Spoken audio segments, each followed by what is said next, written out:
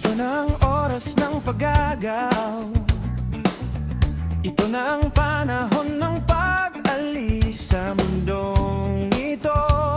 Kaibigan, malapit na, kaya pagsikapan mo tulad ni Kristo.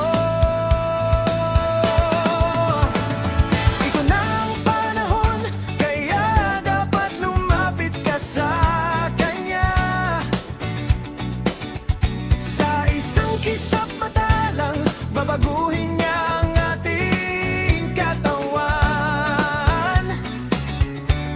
Ito na ang panahon, tayo'y magpapalit ng kaluwalhatian. Ito na ang oras, lumapit sa Kanya. Huwag ka nang mag-antala pa.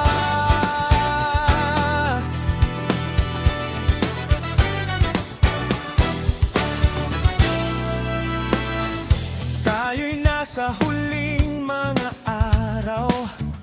Hindi pwede, wag ka nang pahinay-hinay lang, kapatid, magpakainit ka sa pag-ibig.